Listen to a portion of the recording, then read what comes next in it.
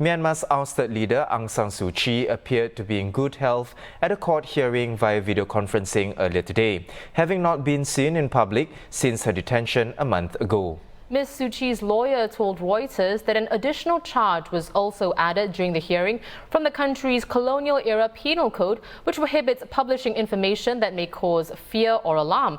The next hearing is set for March the 15th. Meanwhile, protesters marched on the streets again today in defiance of a crackdown that killed at least 18 people yesterday. That was the deadliest unrest so far, with clashes in various parts of the country and police opening fire on crowds in Yangon. Calls by Myanmar anti-coup protesters for international military intervention have also become louder. Indochina Bureau Chief Tan Hui-yi joins us for an update. Hui-yi, ASEAN's foreign ministers are expected to meet tomorrow. What are you expecting to come out of this? What influence does the bloc have on Myanmar's military? Well, ASEAN and many ASEAN member states, especially Myanmar's immediate neighbors like Thailand, have long maintained relations with the Myanmar military. But getting the military to open the doors to the country to let ASEAN in to resolve the crisis is another issue altogether. ASEAN, as you know, operates by consensus. It espouses a policy of non-interference in domestic affairs. So the fact is, ASEAN can only enter Myanmar if the military says yes. As far as I know, many key ASEAN countries hope to de-escalate the situation within Myanmar and to stop the violence and to secure the release of ousted leader Aung San Suu Kyi. And ultimately, they hope to get the key stakeholders in Myanmar to the negotiating table. It is something that will take time. The process will be very delicate. ASEAN will have to tackle the hard question of whether its actions will legitimize the coup and somehow give recognition to the regime. But I think everybody recognizes that ASEAN needs to engage the military because that is the only way a resolution can be found. Well, Hui, a political analyst you spoke to said the regime is beginning to feel threatened by the protests as well as the international challenge to its legitimacy.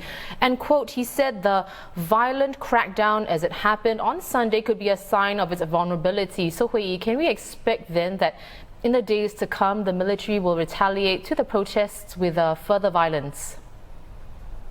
Yes, the violence and intimidation by the regime is likely to escalate. This is because the anti-coup movement has been sustained for over a month now. We're not just talking about peaceful protests on the streets.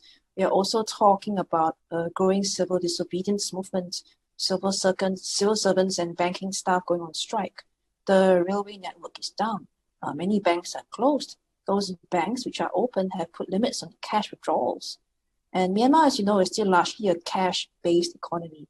So these disruptions are hurting businesses. Plus, the ousted lawmakers are trying to establish rival administrative bodies to deny the regime legitimacy.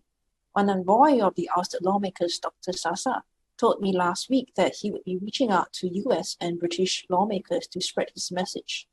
All this is making the military vulnerable, so I expect it to get tougher in order to quell resistance. Let's talk about Ms. Aung San Suu Kyi, Hui. What's the latest you're hearing on Ms. Suu Kyi? Now, we understand she appeared in a court hearing via video conferencing. Yes, Aung San Suu Kyi, as you know, has been detained since the coup on the 1st of February and has been gradually slapped with more and more charges over time. The first was for breaching the export-import law with her possession of walkie-talkies. The second was for allegedly violating protocols to contain the COVID-19 pandemic. And today she was also charged with breaching a law that prohibits the publication of information that may cause fear and alarm. Again, it is important to note here that her conviction on these charges will effectively rule her out of an election, which the military promises to hold after a one-year state of emergency. Meanwhile, the number of political prisoners in Myanmar is growing exponentially. According to the Assistance Association for Political Prisoners, as of yesterday, some 800 people were officially under detention. But it also understands that about 1,000 people were arrested across Myanmar yesterday. Well, thank you so much for that update, Hui-yi. That was our Indochina Bureau Chief, Tan Hui-yi. Now, she's written an analysis on the situation in Myanmar, which you can read on straitstimes.com or in tomorrow's paper. In Parliament today, Foreign Affairs Minister Vivian Balakrishnan urged all parties in Myanmar to find a way to return to the path of democratic transition. This, he said, can only begin if President Win Mint, leader Aung San Suu Kyi and the other political detainees are immediately released. Dr. Balakrishnan also called on Myanmar to halt all acts of violence and the use of lethal force. We express our heartfelt condolences to the families of those who have lost their lives, and we hope that the injured will recover quickly. We strongly reiterate that the use of lethal weapons against unarmed civilians is inexcusable in all circumstances. We call on the Myanmar military authorities to exercise the utmost restraint, to desist from the use of lethal force, and to take immediate steps to de-escalate the situation in order to prevent further bloodshed, violence, and death.